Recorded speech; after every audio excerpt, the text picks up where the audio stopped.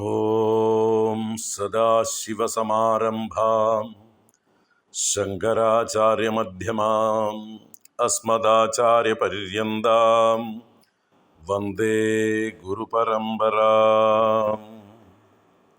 ഓം ശ്രീ ഗുരുഭ്യോ നമഃ. ഓം ശ്രീ മഹാദേവ്യൈ നമഃ.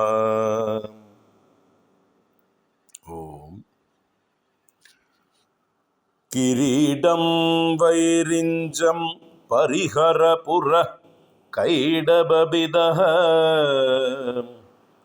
കഠോരേ കോടീരേ സ്ഖലസി ജഹിജം ഭാരിമകുടം പ്രണമ്രേ ശ്വേതേഷു പ്രസഭമുപയാതസ്യ ഭവനം ഭവസ്യാഭ്യുത്ഥാനെ തവ പരിജനോക്തിർവിജയതേ. ഹരി ഓം. എല്ലാവർക്കും നമസ്കാരം. സൗന്ദര്യലഹരി 29 ശ്ലോകമാണ് ഇപ്പോൾ ചൊല്ലിയത്. കഴിഞ്ഞ ശ്ലോകത്തിൽ ദേവിയുടെ ആ പാതിവ്രത്യ മഹിമയെ സൂചിപ്പിച്ചു. ദേവിയുടെ ആ പാതിവ്രത്യത്തിൻ്റെ ഫലമായിട്ടാണ് മഹാദേവന് പോലും പ്രളയകാലത്തും യാതൊരു ഹാനിയും ഇല്ലാതെ അദ്ദേഹവും നിലനിൽക്കുന്നത്. ബാക്കി അമൃതം ഭക്ഷിച്ച ദേവന്മാർ പോലും പ്രളയത്തിൽ നശിക്കുമ്പോൾ കാളകൂട വിഷം ഭക്ഷിച്ച മഹാദേവന് പ്രളയകാലത്തും ഒന്നും സംഭവിക്കാതിരുന്നത് ദേവിയുടെ താടങ്ക മഹിമ എന്ന് പറഞ്ഞു. കാതിൽ അണിഞ്ഞിരിക്കുന്നതായിട്ടുള്ള ആഭരണത്തിൻ്റെ മഹിമയാണ് എന്ന് പറഞ്ഞുവെങ്കിലും അതിൻ്റെ താല്പര്യം ഒരു സുമംഗലി ഭർത്താവ് മരിച്ചാൽ ആഭരണങ്ങളെല്ലാം അഴിച്ചു കളയുക എന്നതൊരു സംസ്കാരമാണ്. അപ്പോൾ അത് അഴിച്ചു കളയേണ്ടതില്ല ദേവിക്ക്, കാരണം ഭർത്താവിന് യാതൊരു ഹാനിയും സംഭവിക്കുന്നില്ല. അപ്പോൾ അതിന് കാരണമായിരിക്കുന്നത് ദേവിയുടെ പാതിവ്രത്യ ശക്തി തന്നെയാണ്. അഥവാ ഇനി ഈ താടങ്കം എന്ന് പറഞ്ഞത് സൂര്യചന്ദ്രന്മാരാണ് ദേവിയുടെ കർണാഭരണങ്ങൾ. അവർ കാലത്തിൻ്റെ അതിദേവതകളാണ്. അപ്പോൾ അവരെ ദേവി അധീനതയിൽ വച്ചിരിക്കുന്നു. അപ്പോൾ ദേവി കാലാതീതയാണ്, കാലം ദേവിക്ക് അധീനമാണ്. അതുകൊണ്ട് തന്നെ ദേവിയെയോ ദേവിക്ക് വേണ്ടപ്പെട്ടവരെയോ ഒന്നും തന്നെ കാലം സ്പർശിക്കുന്നില്ല. ശ്ലോകം ഒന്ന് ഓർമ്മിച്ചോളുക. അതിൻ്റെ തുടർച്ചയായിട്ട് തന്നെയാണ് ഇവിടെ ദേവിയുടെ മാഹാത്മ്യവും ദേവിക്ക് ഭർത്താവായ മഹാദേവനോടുള്ളതായിട്ടുള്ള ആ ബഹുമാനവും ഭഗവാനോടുള്ള പരാധീനതയും. എന്നുവെച്ചാൽ ഭഗവാനെ കാണുമ്പോഴും ഉണ്ടാവുന്ന ആ ഒരു സാധാരണ ഭാര്യമാർക്ക്, കുലസ്ത്രീകൾക്കുണ്ടാവുന്നതായിട്ടുള്ള ആ വൈകാരിക പ്രകടനങ്ങളെല്ലാം ഇവിടെ ദേവിയും പ്രകടിപ്പിക്കുന്നു. നോക്കാം നമുക്ക്. കിരീടം വൈരിഞ്ചം പരിഹര പുരഃ കൈഡബിദഃ കഠോരേ കോടീരേ സ്ഖലസി ജഹി ജംഭാരിമകുടം. ആദ്യത്തെ 2 വരികളാണ്. അപ്പോൾ ഇവിടെ അവസാനത്തെ വരിയിൽ പറയുന്നുണ്ട് തവ പരിജനോക്തിർ വിജയതേ എന്ന്. തവ പരിജനോക്തി. ദേവി തവ എന്ന് പറയുമ്പോൾ അങ്ങയുടെ, അമ്മയുടെ പരിജന ഉക്തി. പരിജനോക്തി എന്ന് പറഞ്ഞാൽ പരിജനാനാം ഉക്തി. പരിജനങ്ങൾ എന്ന് പറഞ്ഞാൽ ഭൃത്യന്മാരെന്നർത്ഥം. ചുറ്റി നിന്ന് സേവിക്കുന്നവർ. പരി എന്നുള്ള ശബ്ദത്തിന് ചുറ്റും എന്നർത്ഥമാണ്.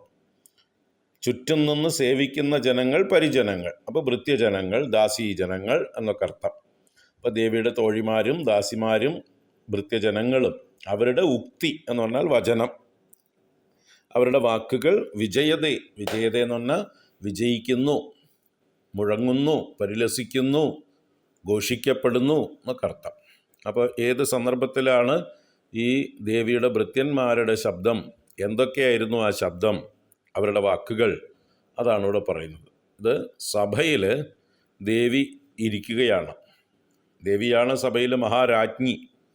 അപ്പോൾ മഹാരാജ്ഞിയായ ദേവി സഭയിൽ എഴുന്നള്ളിയിരുന്നതും ദേവിയെ മുഖം കാണിക്കാൻ വന്നിരിക്കുന്നതായിട്ടുള്ള ദേവന്മാർ, അത് ബ്രഹ്മാവുണ്ട്, വിഷ്ണുവുണ്ട്, ദേവേന്ദ്രനുണ്ട്, മറ്റ് ദേവന്മാരൊക്കെ ഉണ്ട്. എല്ലാവരും മുമ്പിൽ വന്ന് ഞാനാദ്യം എന്നുള്ള മട്ടിൽ, എങ്കിലും അവർക്കൊക്കെ ഒരു നിയമങ്ങളൊക്കെ ഉണ്ടാവും, പ്രോട്ടോക്കോളൊക്കെ ഉണ്ടാവും. ഇനി ഒരു ബ്രഹ്മാണ്ടത്തിൽ നിന്നല്ല, അനേക കോടി ബ്രഹ്മാണ്ട ജനനിയാണ് ദേവി. അപ്പോൾ അനേക കോടി ബ്രഹ്മാണ്ടങ്ങളുടെ മുഴുവൻ ബ്രഹ്മാവും വിഷ്ണുവും ഇന്ദ്രാദി ദേവന്മാരും ഒക്കെ ഉണ്ടാവും. അങ്ങനെ ദേവന്മാരുടെ തിരക്കാണ് ദേവിയുടെ ദർശനത്തിനും ദേവിയുടെ കടാക്ഷത്തിനും അനുഗ്രഹം വാങ്ങിക്കാനും ദേവിയുടെ പാദങ്ങളിൽ നമസ്കരിക്കാനും ഒക്കെ ആയിട്ട്. അപ്പോൾ ആ ഒരു രംഗമാണ് അവിടെ. അപ്പോൾ ആദ്യം ദേവി മാത്രമേ സഭയിൽ ഉണ്ടായിരുന്നുള്ളൂ. ഈ ദേവന്മാരൊക്കെ വന്ന് വരിവരിയായി നമസ്കരിച്ച് ദേവിയുടെ പാദങ്ങളിൽ കിടക്കുക. ആ സമയത്താണ് ദൂരത്തുന്നതാ ആ സഭയിലേക്ക് മഹാദേവൻ എഴുന്നള്ളുന്നു. ആ മഹാദേവൻ ദൂരത്തുനിന്ന് എഴുന്നള്ളി വരുമ്പോൾ മഹാദേവനെ കണ്ടതോടുകൂടി ദേവി ആ മഹാരാജ്ഞി എന്നുള്ള ഭാവം മറന്ന് ഭർത്താവിനെ കണ്ടിട്ടുള്ള ആ ഒരു എന്താ പറയുക, സാധാരണ കുലസ്ത്രീയായിട്ടുള്ളൊരു ഭാര്യയുടെ ആ പരവശതയോടെ പരിഭ്രമത്തോടെ ഭർത്താവിനെ എതിരേറ്റ് സ്വീകരിക്കാനായിക്കൊണ്ട് എഴുന്നേറ്റ് ഓടുകയാണ്. ആ എഴുന്നേറ്റ് എതിരേൽക്കുന്നതായിട്ടുള്ള ആ സന്ദർഭത്തിൽ തൻ്റെ മുമ്പിൽ കിടക്കുന്നതായിട്ടുള്ള ഈ ദേവന്മാരുടെ പാദങ്ങളെയൊക്കെ മറക്കണു, പരിസരബോധം തന്നെ മറക്കണം. അപ്പോൾ എത്ര പരിഭ്രമം ദേവിക്ക് ഉണ്ടാവും നോക്കുക തൻ്റെ ഭർത്താവിൻ്റെ മുമ്പിൽ. അങ്ങനെ അദ്ദേഹത്തെ സ്വീകരിക്കാനായി ഇറങ്ങി ഓടുമ്പോൾ ഇവരുടെയൊക്കെ കിരീടങ്ങളിലൊക്കെ തടഞ്ഞ് ദേവി, കാലൊക്കെ വേദനിക്കും ദേവിക്ക്, അത് തടഞ്ഞ് വീഴാൻ പോണു ദേവി ചിലയിടത്തൊക്കെ. അപ്പോൾ അതിനെ ഒഴിവാക്കാൻ വേണ്ടിയിട്ടാണ് ഈ ദാസി സ്ത്രീകൾ അല്ലെങ്കിൽ ദേവിയുടെ ഭൃത്യകളായിട്ടുള്ള ദേവിമാർ ദേവിയോട് ഇത് പറയുന്നത്. അവരുടെ തവ പരിജനോക്തി വിജയതേ എന്ന് പറഞ്ഞാൽ എപ്പോഴാണത്?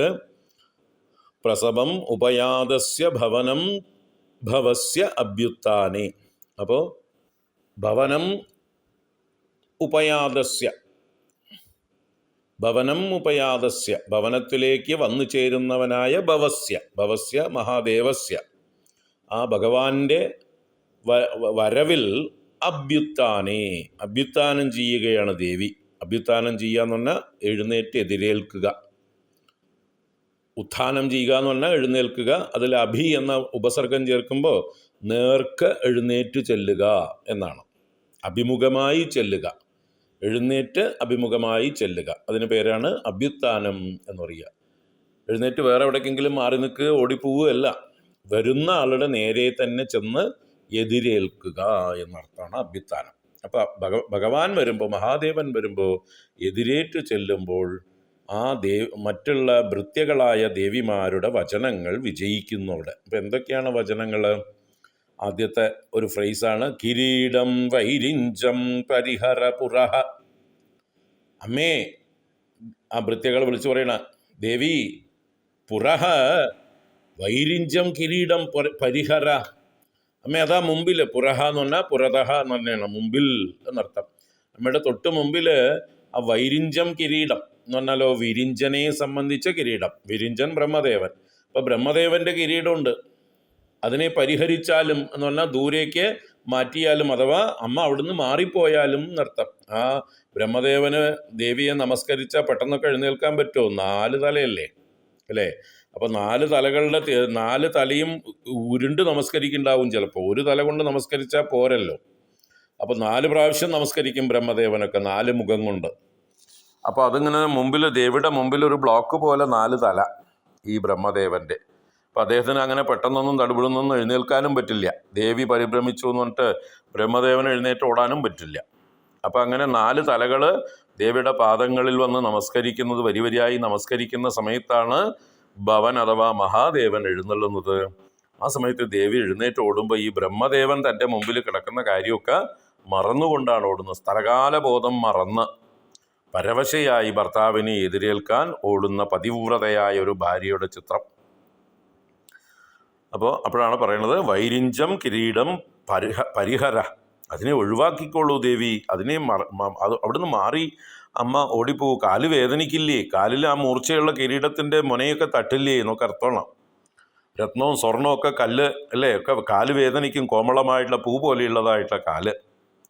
അടുത്തത് പറയണു കൈഡബപിതഃ കടോരേ കോടീരേ സ്കലസി. കൈഡബപിതഃ, കൈഡബഭിത്ത് എന്ന് പറഞ്ഞാൽ കൈഡബനെ ഭേദിച്ചവൻ. ഇപ്പോൾ മധുകൈടഭന്മാർ എന്ന് പറഞ്ഞ 2 അസുരന്മാരെ ഭേദിച്ചവനാണ് ആര്? മഹാവിഷ്ണു. അതുകൊണ്ട് അദ്ദേഹത്തിന് മധു രിപു, മധുവൈരി എന്നൊക്കെ പല പേരുകളുണ്ട്. ആ കൂട്ടത്തിൽ കൈടഭഭിത്ത്, കൈടഭാരി എന്നൊക്കെ കൈടഭനോട് ബന്ധപ്പെട്ടും ഭഗവാൻ വിഷ്ണുവിന് പേര്. അപ്പം കൈടഭഭിത്ത് എന്ന പേര്, അതിൻ്റെ ഷഷ്ടിയാണ് കൈടഭഭിത കഠോരേ കോടീരേ സ്കലസി. ആ വിഷ്ണുവിൻ്റെ കഠോരമായ കോടീരത്തിൽ അമ്മ തടഞ്ഞു വീഴണു. സ്കലസി എന്ന് പറഞ്ഞാൽ തടയുക, തടഞ്ഞു വീഴുക എന്നൊക്കെ അർത്ഥം, എരടി വീഴുക എന്നൊക്കെ അർത്ഥം. ആ വിഷ്ണുവിൻ്റെ കഠോരമായ കോടീരം, കോടീരം കിരീടമാണ്, അത് കഠോരമായത്, നല്ല കഠിനമായത്, കാഠിന്യമേറിയത് എന്നൊക്കെ അർത്ഥം. സ്വർണവും രത്നവും കൊണ്ട് നിർമ്മിച്ചതല്ലേ. അപ്പോൾ അതിലൊക്കെ തട്ടിക്കഴിഞ്ഞാൽ ദേവിയുടെ കോമളമായ പാദങ്ങൾ നോവും. അതാണ് ഇവരുടെ കെയർ. അപ്പോൾ കൈടഭഭിത കഠോരേ കോടീരേ സ്കലസി. അടുത്തത് പറയണു ജഹി ജംഭാരി മകുടം. ജംഭാരിയുടെ മകുടം ജഹി. ജംഭാരി എന്നത് ഇന്ദ്രൻ്റെ പര്യായമാണ്. ഇന്ദ്രൻ പല അസുരന്മാരെയും കൊന്നപ്പോൾ അതിനനുസരിച്ച് പേര് ഇന്ദ്രനും. ജംബൻ എന്ന് പറഞ്ഞൊരു അസുരനെ കൊന്നതുകൊണ്ടാണ് ഇന്ദ്രന് ജംബാരി എന്ന് പേര്. അതുപോലെ പാകൻ എന്നൊരു അസുരനെ കൊന്നപ്പോൾ പാകാരി എന്ന് പേര് കിട്ടി. ബലൻ എന്നൊരു അസുരനെ കൊന്നപ്പം ബലാരി എന്ന് കിട്ടി. വൃത്രൻ എന്നൊരു അസുരനെ കൊന്നപ്പോൾ വൃത്രാരി എന്ന് പേര് കിട്ടി. ഇങ്ങനെ ഇന്ദ്രന് അനേകം പേരുണ്ട്. അപ്പം ജംബനെ കൊന്നതുകൊണ്ട് ജംബാരി. ആ ജംബാരിയുടെ മകുടം ജഹി. ജഹി എന്ന് പറഞ്ഞാൽ ത്യജിച്ചാലും ഉപേക്ഷിച്ചാലും അതിൽ നിന്നൊന്ന് ഒഴിഞ്ഞു മാറിയാലും എന്നർത്ഥം. അപ്പം ഇന്ദ്രൻ്റെ തലയുണ്ട് അവിടെ. ഇന്ദ്രനും നമസ്കരിച്ച് കിടക്കണു. ഇന്ദ്രൻ്റെ മകുടത്തിലും അമ്മ തടയരുത്. അതുകൊണ്ട് അതിനെയും ഒഴിവാക്കൂ. ജഹി, അതിനെയും ഒഴിവാക്കിക്കൊണ്ട് പോകൂ. ഇങ്ങനെ ബ്രഹ്മാവിൻ്റെ, വിഷ്ണുവിൻ്റെ, ഇന്ദ്രൻ്റെ, അപ്പം പിന്നെ ബാക്കിയുള്ളവരുടെ പറയേണ്ട ആവശ്യമില്ലല്ലോ. അനേക ദേവന്മാർ, അഗ്നി, വായു, വരുണൻ, കുബേരൻ, ഈശാനൻ മുതലായിട്ടുള്ളവരൊക്കെ മാറി മാറി നിന്ന് എല്ലാവരും അവരവരുടെ സ്ഥാനത്ത് നിന്ന് തൊഴാൻ റെഡിയായിട്ട് നിൽക്കുകയാണ്, അല്ലെങ്കിൽ തൊഴുതുകൊണ്ട് നിൽക്കുകയാണ്. ചിലരൊക്കെ നമസ്കരിച്ച് കിടപ്പുണ്ട്. അപ്പോൾ അവരുടെയൊക്കെ കിരീടങ്ങളൊക്കെ വഴിയിലുണ്ട്. അതിൻ്റെ ഇടയിൽ കൂടെയാണ് ദേവി ഓടുന്നത് ഭർത്താവിനെ എതിരേൽക്കാൻ. അപ്പോൾ അതാണ് ഇവിടെ വിഷയം. പ്രണമ്രേഷു ഏതേഷു. ഏതേഷു പ്രണമ്രേഷു എന്ന് പറഞ്ഞാൽ, ഏതേഷു എന്ന് പറഞ്ഞാൽ ഇവര് എന്നർത്ഥം. ഈ ദേവന്മാര് പ്രണമ്രേഷു സത്സു എന്നർത്ഥം. പ്രണമിച്ചിരിക്കുമ്പോൾ, എല്ലാവരും പ്രണമിതരായിരിക്കുമ്പോൾ, എല്ലാവരും പ്രകർഷേണ നമിച്ചിരിക്കുമ്പോൾ, വീണ് കിടന്ന് സാഷ്ടാംഗ നമസ്കാരം ചെയ്തിരിക്കുമ്പോൾ, പ്രസവം ഭവനം ഉപയാതസ്യ ഭവസ്യ. പ്രസവം എന്ന് പറഞ്ഞാൽ വേഗത്തിൽ ധൃതി പിടിച്ച് വരികയാണ് മഹാദേവൻ. എന്താ വെച്ചാൽ ബാക്കി എല്ലാവരും വന്നിരിക്കണു, ദേവിയും വന്നിരിക്കണു, താൻ സദസ്സിലെത്താൻ ഇത്തിരി വൈകി. അതിൻ്റെ ഒരു കുണ്ഠിതം, ഒരു എന്താ പറയുക, ഒരു ചമ്മൽ എന്നൊക്കെ നമ്മുടെ ഭാഷയിൽ പറയാം. അതുണ്ടാവും ചിലപ്പോൾ മഹാദേവന്. താനിത്തിരി വൈകിയോ എന്ന്. അതുകൊണ്ട് ഇത്തിരി ധൃതിയുണ്ട് വരുന്ന വരവിൽ. അതാണ് പ്രസവം. പ്രസവം എന്ന് പറഞ്ഞാൽ വേഗത്തിൽ, ബലാത്കാരേണ എന്നൊക്കെ അർത്ഥമാണ്. അപ്പോൾ ഓടി വരുന്നതായിട്ടുള്ള ഭവനം ഉപയാതസ്യ ഭവസ്യ, വീട്ടിലേക്ക് അല്ലെങ്കിൽ സഭയിലേക്ക് വരുന്ന ആ ഭവന്റെ വരവിൽ അഭ്യുത്ഥാനേ, ദേവി അഭ്യുത്ഥാനം ചെയ്ത് എതിരേറ്റ് ഭഗവാനെ വരവേൽക്കുമ്പോൾ തവ പരിജനോക്തിർ വിജയതേ, ദേവിയുടെ പരിജനങ്ങളുടെ വചനങ്ങൾ വിജയിക്കുന്നു. അപ്പം എല്ലാവരും മാറി മാറി വിളിച്ചു പറയണ്ടല്ലോ, ദേവി കാല് കാല് നോക്കിക്കോളൂ, ഇന്നാളുടെ ശിരസ് ഇന്നാളുടെ ശിരസ് എന്ന് പറഞ്ഞ് അതിൽ നിന്നൊക്കെ ഒഴിഞ്ഞു മാറിപ്പോകാനായിട്ട് വഴി പ്രേരിപ്പിക്കും. അവർക്ക് ആകെ കൺസേൺ ഈ ദേവിയുടെ കാല് മുറിയരുത്, അല്ലെങ്കിൽ വേദനിക്കരുത്. ആ കോമളമായിട്ടുള്ള മൃദുലമായിട്ടുള്ള പാദങ്ങൾക്ക് ക്ഷതം ഉണ്ടാവരുത്. അതാണ് ഇവരുടെ ശ്രദ്ധ. അപ്പോൾ ദേവിയുടെ സർവ അധീശഭാവം, എല്ലാറ്റിനും മഹാരാജ്ഞിയാണെങ്കിലും ലോകത്തിന് മുഴുവൻ ചക്രവർത്തിനിയാണെങ്കിലും തൻ്റെ ഭർത്താവിൻ്റെ മുമ്പിൽ പതിവ്രതയായ വിധേയയായ ഒരു ഭാര്യയായി ദേവി ആ കുലധർമ്മം അനുഷ്ഠിക്കുന്നു. ലോകത്തിന് മാതൃക കാണിച്ചു കൊടുക്കണു എന്നറിയാം.